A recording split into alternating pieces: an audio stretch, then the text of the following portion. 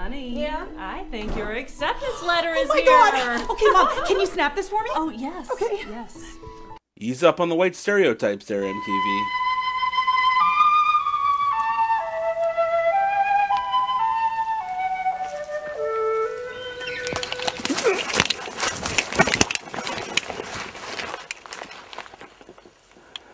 For a more complete story of the beaver, why not contact the Canadian Wildlife Service in Ottawa? Dear Ashley, we regret to inform you that we will not be offering you a place at Elite University. Now, I know this is tough and probably the first time you've ever had your dreams crushed, but we had a particularly strong applicant pool this year. You were rejected? Yes, I was rejected! Just listen to this bullshit. Because she's white and so privileged, this is probably the first time she's had her dreams crushed? Fuck off, lady. You know, I bet I would have gotten in if I was a minority. I'm gonna call that admissions office right now. Okay, go! Okay. In case you didn't catch it, she said minority. I mean, I had to listen to it a couple times myself. But yes, if she was black, let's say, she would have fared a far better chance of getting into the university with the exact same credentials. Also, Ashley, I would encourage you not to blame affirmative action for your rejection. Oh my god, you're right, but for the wrong reasons. She shouldn't blame affirmative action as the reason she wasn't allowed in. I mean, it could be the case, but more than likely it's one of the mitigating factors that caused her not to get in. Why? Meet Jennifer. Sure, she had a lower SAT score than you, but she built an app that allowed people in Mali to crowdsource clean water. Of course she was getting in. And Ben... And guess what? That's not affirmative action. That's someone with different qualities and different abilities being accepted over somebody else. And his grades were a little better than yours, but he's one of the top 3 oboists in the country. Top schools need top orchestras, Ashley. Again, not affirmative action. And Mia, she might be a goddamn genius and wrote her essay about inflation in scalar fields. I don't even know what that means. Do you, Ashley? No. Surprise, surprise. Yet another example of not affirmative action. Do you have any examples of affirmative action that you rationalize? Let me guess. No. And sure, maybe it seems like I cherry-picked some examples, but... Yes, you did cherry-pick examples because you don't want to defend affirmative action on its face. Affirmative action is when you take 2 people and you award 1 extra point just because of the color of their skin. Nothing else. That's racist. I'm sorry that you don't think it's racist. That's not my problem. It is racist, and it's inherently unfair. And call me crazy, but I don't think it's just white people that get upset when systems oppress them based on the color of their skin. You know who still makes up the majority of our 2020 class? White kids. You heard me. It's not that we're rejecting white people from our school, it's that we're rejecting you, Ashley Smith. Me? Yes, you. You got average grades, you were a mediocre athlete, and your volunteering at the senior citizens home was a very transparent attempt at resume padding. Alright, personal accountability. I can get down with that. Her marks were shit. She wasn't a great athlete. These sort of worked against her. I can dig that. But Francesca, I'm wondering, are you using personal responsibility to avoid the claims of racism on the white side and then not being consistent with black people? Well, let's see what she says about police shootings. And some of the rules black people should follow not to be shot.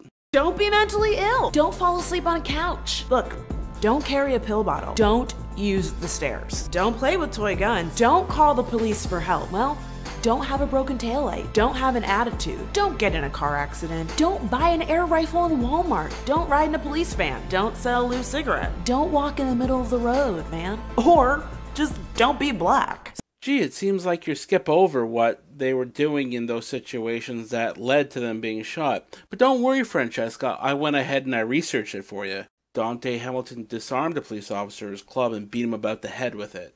Ayanna Jones was 7 years old and therefore doesn't really have any personal responsibility, so there's one. Ezel Ford was detained illegally, but was in fact shot when he became aggressive. Romain Brisbane was shot when he was wrestling with a police officer on the floor after fleeing from a car despite being told to stop. Tanisha Anderson was bipolar and was on medication when her own family called 911 because she was, quote, having a bad day. She died because police were trying to restrain her. Akai Gurley was shot in a stairwell doing absolutely nothing. No personal responsibility there. Philip White is kind of 50-50. There was reports of an odd man out on the street, and the police obviously had an issue with him because they needed to restrain him with force, although I don't know if police brutality led ultimately to his death. Tamir Rice was shot because he had a toy firearm and police perceived it as a threat. Yvette Smith, no personal responsibility there. Walter Scott, no personal responsibility there, and in my personal opinion, there should be a round put through the back of that police officer's head.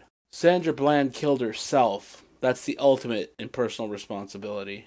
Jonathan Farrell was in an accident, ran up to a person's house, banged on the door late at night. That person called it in, and when the police arrived, he ran at the police officers. I mean, I would realize that I was acting in an aggressive manner to people I didn't know, and I would realize that I'll probably be shot if I ran at police officers. They don't know me. They don't know what I'm doing there. John Crawford III decided it would be a good idea to walk around a populated Walmart with an unpackaged BB gun that looks like a real firearm. Freddie Gray had no personal responsibility, so there's another one. Even though he was put in a chokehold, and that was against policy, Eric Garner died because he initiated the contact. He was resisting arrest. Personal accountability, remember? And for Michael Brown, I mean, give me a fucking break. Michael Brown was shot because he was charging at a police officer he had just recently assaulted, who was investigating a strong-arm robbery which Michael Brown had committed.